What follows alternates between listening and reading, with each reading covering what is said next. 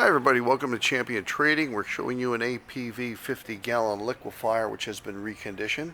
We've added a 10 horsepower all stainless steel motor, as you could see, to it. I'm going to give you a look inside the unit here.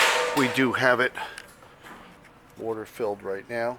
You'll see this particular one uses the 4-blade impeller. I'm going to hit that on, and it has a similar shape to what you'll have from any liquefier. Continually pulling material into the vortex.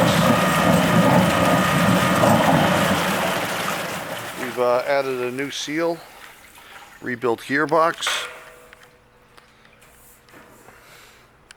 We're operating on 223 phase voltage right now. See the cover, of course, included. The number of top inlets. Can add a spray ball to it and whatnot. And it has a 2-inch outlet. We have other liquefiers in our stock and other process equipment as well. We do hope you'll visit our website at www.champtrading.com, and we look forward to hearing from you.